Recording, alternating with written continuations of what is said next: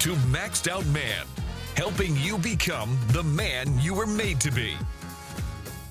Hey guys, it's Kevin Davis from the Maxed Out Man podcast. Today I'm here with Cameron Williams, and I'm super excited to have him here. Before we get started, don't forget to go to maxedoutman.com. Find us on all the social medias.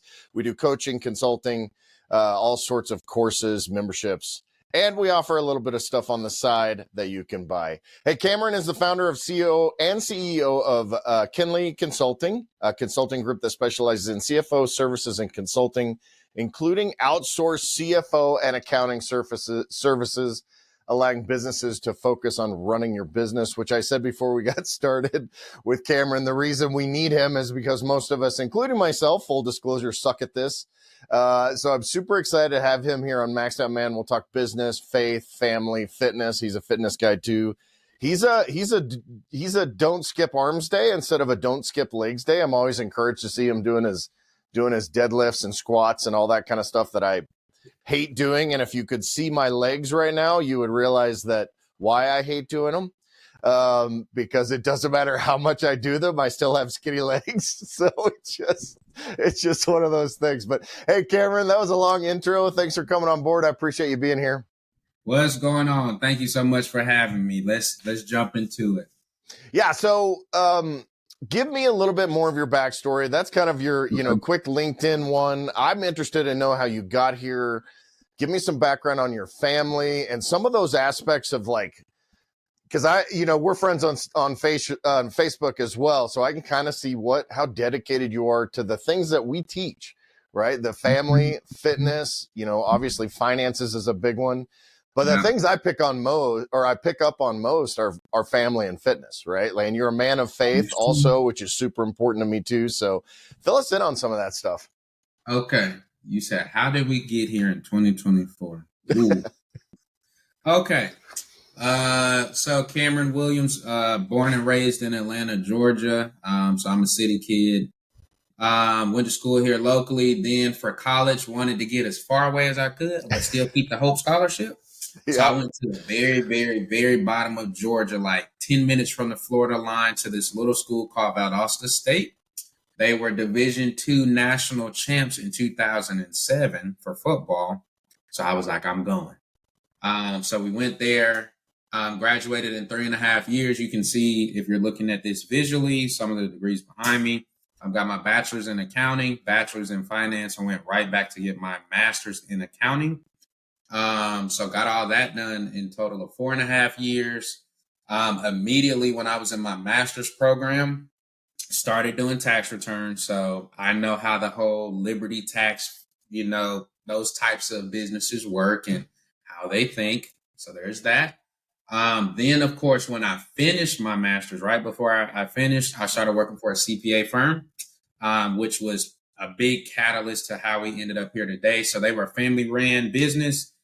There was 2 owners. One, his daughter and his sister-in-law worked there. And, of course, he knew the other partner because they used to work at another CPA firm before they started that one. So shout out to Valenti, Rackley and Associates in Valdosta, Georgia. Those are my peeps right there. Kindest people ever. But those 2 years laid such a great foundation for me and what we do, because we took a lot of those concepts, of course, modernized them a little bit, because so I graduated in the fall of 2011. So you can see this has been a while. And a lot of people are like, oh, you look so young. And I'm like, well, I am, but I'm not. I'm 33. So worked there for 2 years. Me and my wife got married. We knew each other from, we went to the same church in high school. So we just kind of stayed in touch. We just cool. Then one day, I don't know what happened. I was like, man, I talked to her more than I talked to my mom. What is going on? I figured out that I liked her. So there was that. So she came down to Valdosta State on her own. I didn't entice her. We did some of everything together. Then got married January of 2014, moved back to Atlanta that summer. Then I moved to private accounting. Private accounting is essentially like the accountant that works at Coca-Cola, for example. So worked at a couple of different companies, kept moving up rapidly. And I was one of those job hoppers that's like, man, I'm not challenged. Next job. So I moved up to where I was eventually the supervisor for the #1 card processing company in the world. I was over the Canadian region. I had about 7 or 8 people that worked under me. And that was a very hectic experience. And actually, since we're talking about faith, you're gonna like this. I'm gonna tee you up, set that alley for you. So I was only there for 10 months because they did layoffs. And this was really rough for me because from a job perspective, I've only excelled. So when you hear layoff, you're like, clearly you didn't excel. But I found out later that they fired everybody on my level.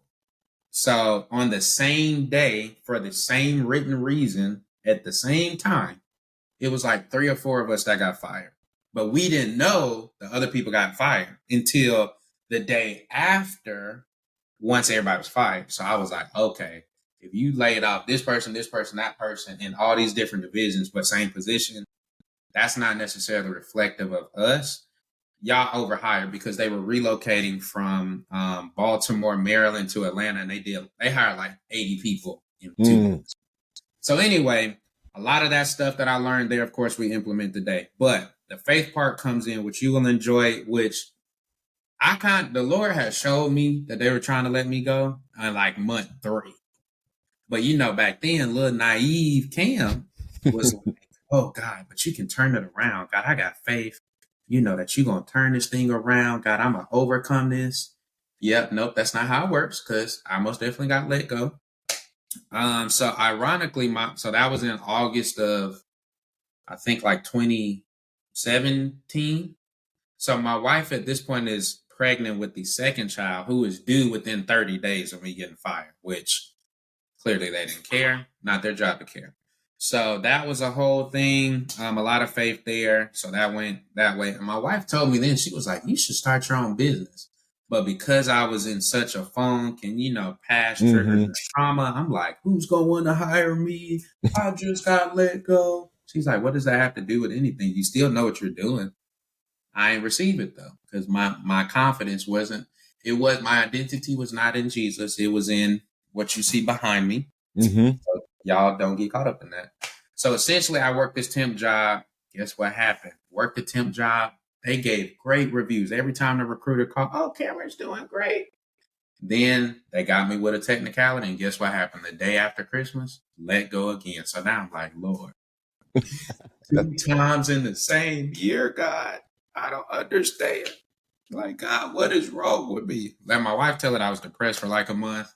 So now we're in 2018, and God's grace and mercy was more than sufficient. I know him to be a provider because I didn't have a job for 8 months, and somehow bills kept getting paid. I'm not saying it was perfect. Credit card balance got maxed out. They came and repossessed a car like early in the morning one day. So it was not easy, but we still ate, still had a place to live barely. So I was like, God, thank you. So we get to August or July of 2018. And long story short, came up with the idea after trying to help a friend, started getting clients. But back then I thought $150 a month was a lot of money. So we were signing some people, but there was that. So fast forward to today, so that was 2018. We are now in 2024. Company is way different. We're doing well. We have a team of 3 going on 4. We've been able to almost double every year except for last year. So that's been very fun to learn on the fly. But it's definitely been just a continual reminder of trusting God, having faith, and most importantly, believing in this talents, gifts, and abilities that God has placed in you. Oh, I forgot that part because that's the main thing. So remember when I said for those 8 months I didn't have a job? I was praying like real hard. Like I'm praying. I'm like, God, you said in your word, a man who don't work is a man who don't eat. I'm trying to work so I can eat, but you're not helping me. And up until this point, whenever I went on an interview, it was almost automatic that I'm getting a job. I couldn't get any interviews. And I mean, this is that point where like you've seen people at the EBT line and like I had to go stand in that. I'm standing next to a person who I know is doing drugs. I'm standing next to the lady who's finessing the system. Like, I'm going to not work as many hours so I can make sure I keep it because my son in high school. And on the other week, I'm standing in this line. So I've seen all of that. And I remember one day we were sweeping the floor in April, and this was the line that was the life-changing line. My wife was like, uh-oh. So I'm looking at her like, what does that mean? She's like, the Lord just told me about your job situation. So I'm like, okay, what did he say? I didn't took this plate down. I'm ready. She was like this. I'm like, what you mean? She says, the Lord told me he's blocking you from getting a job. I said, what? I'm like, why would he do that? No. She says, he told me he's blocking you from getting a job because there are some talents, gifts, and abilities that you have on the inside of you that you would otherwise not explore. So he's blocking you from getting a job. But in the meantime, he's going to take care of all your needs. I just dropped the broom. I'm like, what kind of advice is this? This is trash. I'm like, the only gift I knew that I had since high school was the ability to encourage others. But I'm like, God, what I'm going to do? Be a motivational speaker? Don't nobody pay for that. I'm like, no, that's not going to work. And then everything I told you, started the company. I'm encouraging people by helping them to know that their numbers aren't trash. They are okay. We just need to get a game plan. We just need to fix it, get that firm foundation, and we can advise and encourage them on different things to do to help them to make more money.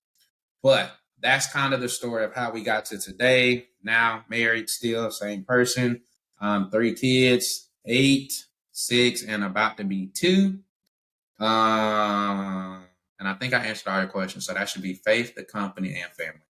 Yeah, I mean, I think that so talk to me about that experience, because I think a lot of us have been through that low time, right? And then getting through. And if you've been I've been self-employed for 25 years. So there's this, this up and down journey, right? That happens. And, one of the things I've been thinking a lot about and dealing with myself is kind of this, provider situation. Like, okay, I've made some bad mistakes and I've done these things, and full disclosure, Cameron and I have talked about, and Cameron's going to actually take over a lot of what we do financially in our business, which I'm super excited about.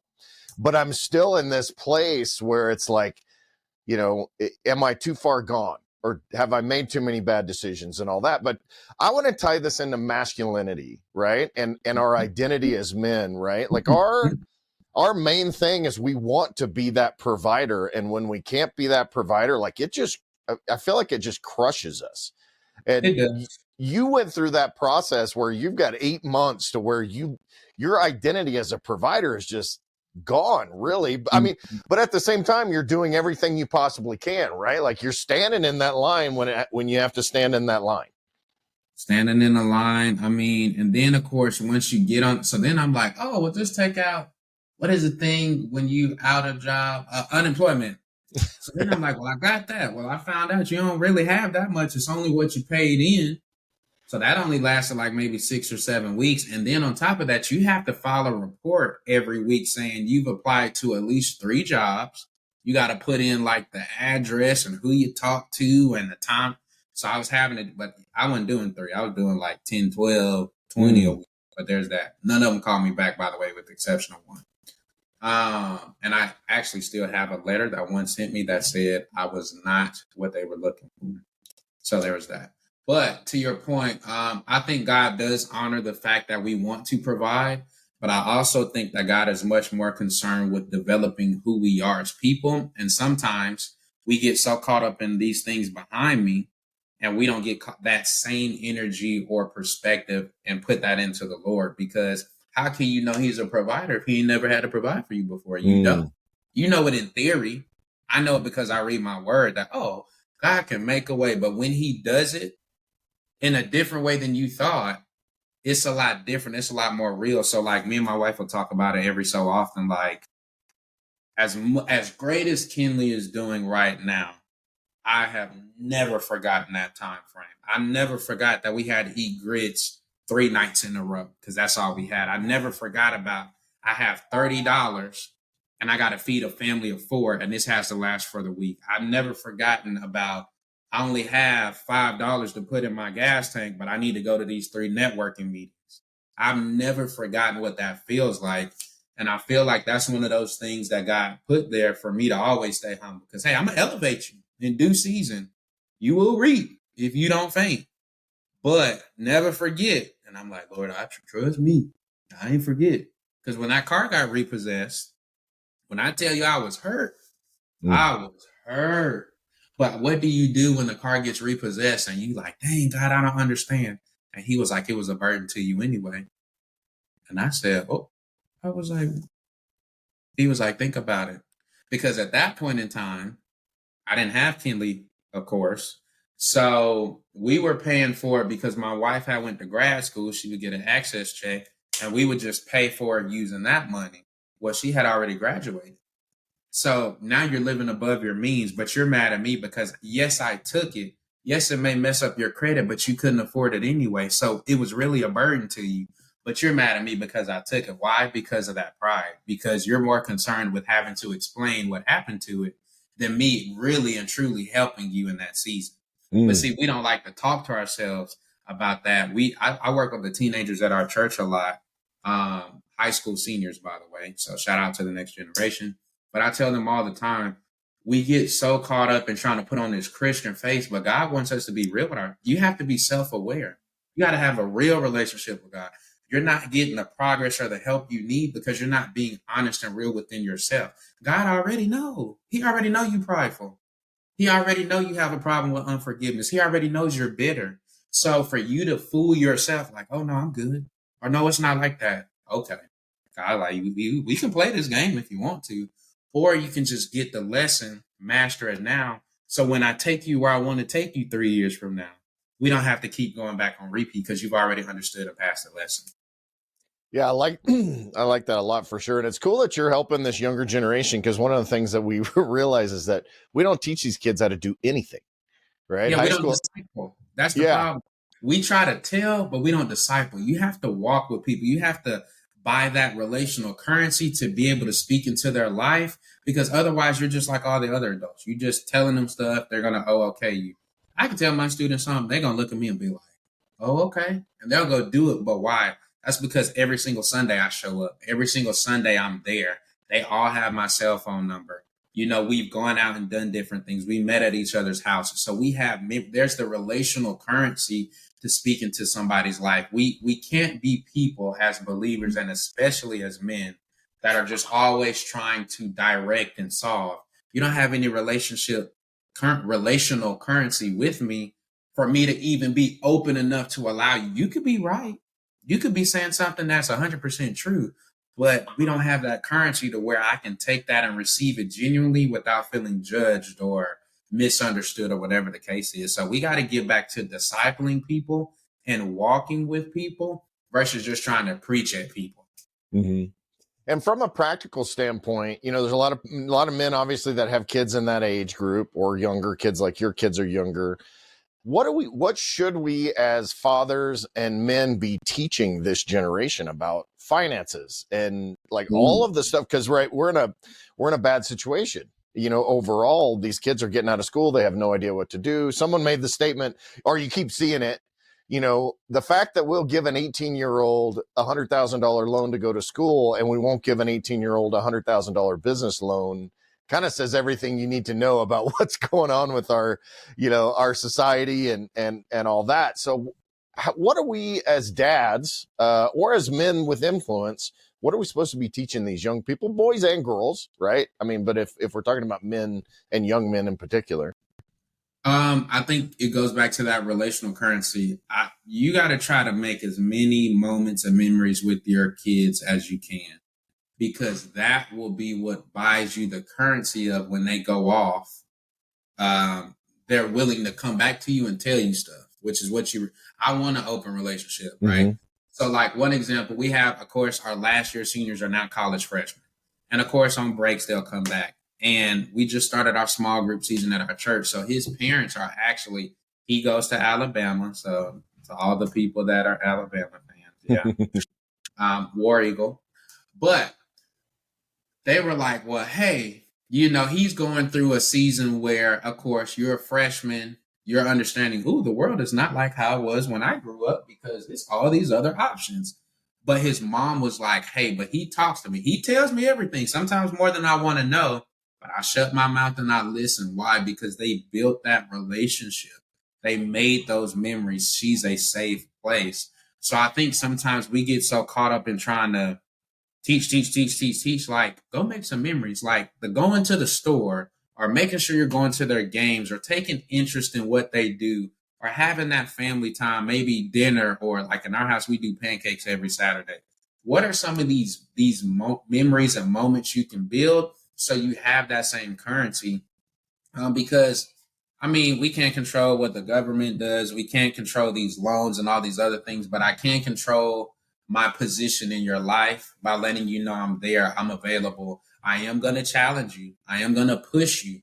I am going to encourage you, but I'm going to be there for you. Even my 8-year-old daughter knows that. Like I just told her the other day, hey, this kind of effort is not acceptable. We are Williams. We do hard things. We don't give up and run just because something is hard, because she was struggling with, well, my homework is easy, but when I get to the test, oh, Dad, they're just so hard. And I just can't. You can. If you can have a moment. I'm for it. Everybody have a moment, but at some point, the work is still here. We still got to get it done. So we can't forever run. Like these are the kind of conversations that we need to be having consistently and building them up. Put them in situations where they can fail, but you're there. I'm not gonna jump in. I'm gonna let you fall so you can see I knew what I was talking about. But now they know mom and dad is a safe place. They're somebody that I can, if I fail, they still love me. They're not gonna judge me. They're not gonna talk down and beat me with their words. Or are you sounding like everyone else in the world? Are you sounding like social media? These are things we have to work on as parents, and also not parenting from a place of trauma. But that's a whole different subject. But like some of those things that you're trying to put on your kids are really just the issues and the traumas that you haven't allowed God to fully heal, and your kid don't struggle with the same way you do. But that's a whole different. Yeah, trying to put that on top of them is definitely something that, I mean, I grew up in a crazy situation. So yeah, my kids, what's funny is my kids, when they were growing up, would, be like, oh, this is, I'm having this situation. And we could work through it and then be like, I don't know, my life is so hard. I can't believe, kind of going down that self-pity, right? And I used to be like, hey, let me tell you about these things that happened when I was 8 years old. And they're like, okay, fine. I'll just go do my homework. leave me alone. So, but I always heard, they talk about being a launching pad. Someone described parenting as being a launching pad, right? Yep. And if back in the day before SpaceX, launching pads were a one-time use. They didn't actually come back. But now if you like, all right, let's use the SpaceX type launching pad where they come back, get refueled, and go out again. And that's kind of what that parenting style can be, to be able to allow them. And in your, almost, I used to call it the entrepreneurial approach to parenting. Which is like, as entrepreneurs, we kind of want to fail, right? Or we don't want to fail, but we learn from all those failures. And to be able to take that approach with our kids is super important too. Agreed. Yeah, and that's what you want, right? I want to provide, like my wife, of course, which most good wives and moms are. I don't want them to hurt themselves. I don't want them to, like our backyard, because we just recently moved here. So our backyard actually has like a bunch of rocks back there and not as much grass. So she's like, well, I don't want them to go out there and play, because what if they fall and hurt themselves? Me? They're going to hurt themselves regardless. So like we're going to deny them the ability to go play and explore because we're much more afraid of them hurting themselves. They're going to fall and scrape a knee. They're going to fall and get a cut. That's going to happen regardless. Let the kids go out there and play, right? Because I want to provide an environment where you get to explore, you get to not listen, but you get your own experience. But the safety is still, guess what? You can run right on back up the steps, come cry, we fix it up, and then you go back and repeat. You want to be that for your kids. You don't want to be nope, I don't want them to get hurt. I don't want to do it. Well, then your kid's going to get out in the real world and they're going to struggle adjusting because mom and dad always kept me so insulated. I don't know what it's like to fail. I don't know how to bounce back from rejection. I don't know how to fight against people saying negative things against me or about me, because you always try to insulate them. Their kids are resilient. I'm not saying they're going to grow up perfect and not going to have to go to therapy or whatever the case, but God is bigger than all of us. So, hey, if you're doing the right thing, they're going to have their own relationship with God. God can heal. He can help them to forgive, just like he did with you. So there's that. Yeah, I'm kind of the opposite of the helicopter parent. I'm like, because it's just like go outside, go out into the world, fail, ask me questions, I'll be here. And I think it's important to realize, my youngest lives in Atlanta, where you do. She's a paramedic, currently in medical school, but she tends to be resistant. And I actually did an episode with her, which I haven't released yet, but it's coming out soon. But she tends to be resistant to any advice that I give. But then she comes back and asks for advice. I give her the same advice, and then she doesn't take it, and then wonders why things haven't changed. So, I want to encourage these parents out there, especially dads, just because you can foresee what the consequences are and can foresee a path doesn't mean that you still don't need to have. We've had the same conversation 100 times. She's like, One day it'll work though. One day she'll either make the decision based on her failures, or she'll make the decision taking a little advice, putting her own thing, and then moving on. Well, that's how it was with my sister. She's about to turn 21 this year. And I used to tell her, don't do this or blah, blah, blah. And she'd be like, okay, yes, sir. It never failed. She's going to go do it. And then she's going to come back shocked, I had no idea this was going to happen. I'm like, you don't remember I told you that? But now, it's easy to be told you so, right? And you really can't. Yeah, I'm like, but now at 20, going on 21, now she understands, and I even asked her, I'm like, have I ever lied to you? She was like, no. She said it with confidence. She was like, no. Right. So she now knows if I'm telling her something, Cam must see something or understand something that I don't quite see. That doesn't guarantee she's going to do it, but the thought is there. And eventually, when she bumped that head enough, or when she put that hand on the stove enough, she figure it out, and then she'll course correct. But my job is to be consistent, to sound the alarm when possible. And then we have to do a great job of learning to release, because just like when we were teenagers or kids or freshmen in college, we did what we wanted to do. I knew what my mom said or my parents or whatever the case, but we got to have that experience for ourselves. And eventually they're going to be like, you know what? Hey, when you told me blah, blah, blah, what did you mean? Or what were you thinking? Or when you were in this situation, now you know, okay, they starting to get it. It's taking a while, but they're starting to get it. But I think that just goes back to just releasing it and putting it in God's hands versus, again, trying to control every single, God, I've done the best I can do. I planted as many seeds as I could and created as many memories. God, I'm just trusting that you're going to protect them, keep them safe, cover them until they come into the light, into the knowledge of. And that's all we can do, right? So. Well, and then, actually literally saying, and I said this to my daughter Saturday, we had this conversation, and I said, hey, this is my advice. It's the same advice I've been giving you, but that's not my decision. You have to make the decision that you believe is the best approach. And then maybe my advice comes back and you say, okay, well, there's some validity in that. Maybe they don't, but it's that, that's parenting, right? And it's just whatever influence you have in other people's lives. You have to give them whatever advice, love them through whatever the decisions are going to make, and love them if and when they come back and say, hey, tell me that again. What did you mean by that? Like you just said. So that's important for sure. I want to bring it back around a little bit. In terms of personal finances and that kind of thing, give me personal and business, right? If I said, hey, I'm trying to run this business, whether it's a $10 million business or $100,000 or $10,000 just getting started, what are a couple of things that you would advise me to think about and or to do to kind of, keep me on the path to success, or start me on the path to success, or in my case, get back on the path to success, right? What are a few things there? I probably should go by those numbers. So, because each stage is going to have different things. So the person that said 10K a month, you probably can do more than you think, and you're probably overvaluing your time. Because if you're making 10K a month, which of course I've done before, you got more time. I'm so busy. Until you work in 10, 11-hour days, you're not that busy. So there's that. Surround yourself with the right people, invest now in the right relationships that will come back later on and be fruitful and beneficial. For the person who is making like their first 6-figure year, that's pretty much the 10K person. So we'll skip that. The person who's in that 250 to 500K range, this is a very, very important time in your business. This is when you need to start really being clear on what do I do really well versus the things that I'm not so good at. I try to recommend this book, even though I don't get any benefits from it.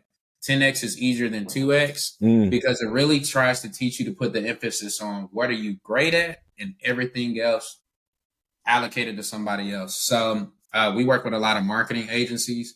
So at that point, when you're making $300,000, you don't need to be handling your financials. You don't need to be trying to do your own tax strategy. Go find somebody that you can trust that can handle that for you, because why? If they take that off of your plate, now you get to do more sales, create more offers, etc. So that would be my thing to those people. Once you start hitting the millions, please get you an accountant, because I have met some, especially this year, that are in that $1 million to $2 million range. They don't have one. And at this point, your problems are compounding. So what could have been maybe a 20K mistake could easily be a 50, 60, 80,000. All because we tried to skip some steps and I'm good at it. And I think I'm okay with it. Like, get the right people on your team, partner with the right people to outsource, get in a group or some type of community that can hold you accountable and open your mind to different possibilities and avenues. And regardless of what stage you're at, please pray, because I've learned through different people, like the way God may be trying to take you, it may be different than the way everybody else does. The way we run our business is not the same as every other accounting firm, because we start our day off with, okay, Lord, what we doing today? You know, like last week, the Lord told me to do something for a new client, and I was looking like, you sure? To which, of course, he didn't say anything. So by default. But I love it. That's just how it goes. I love it, man. I appreciate you taking the time to kind of educate, inspire us. And how do we find more information about what you guys do, and how do we find you if we want to, if we're in that, getting past six-figure mark? How do we get in touch with you to look at you like I'm doing right now, right? Like I'm really pushing towards doing that. And I appreciate your encouragement and guidance on that too. But how do we find you? No problem. So you can go to KynLi Consulting, KYNLI Consulting.com. That should have just the basic of like, this is who we are, what we believe in, and this is how we help. I'm super active on Facebook the most. So just first name, last name. You'll see me in the picture with my 2 girls. So that's how you'll know it's me. So just shoot us a DM, and of course we'll reach out. We try to post a lot of free content on socials just to kind of give value, just because. So there's that. You can go to our YouTube channel. So there's plenty of videos there, which will be Legacies Journey 2018 on YouTube and on social media. So we try to put a lot of free resources out there. We actually have, if you're an agency, a free ebook for you. Just 7 big things and how to address them from the finance side, whether it's ads, diversification, etc. So we can definitely give you guys a link for that. But KynLi Consulting is probably the easiest. Well, Facebook will be the easiest. KynLiConsulting.com will be number 2. Awesome. All right, man. I appreciate you. I hope you have a great rest of your day. All right. Same to you. Thank you for having me.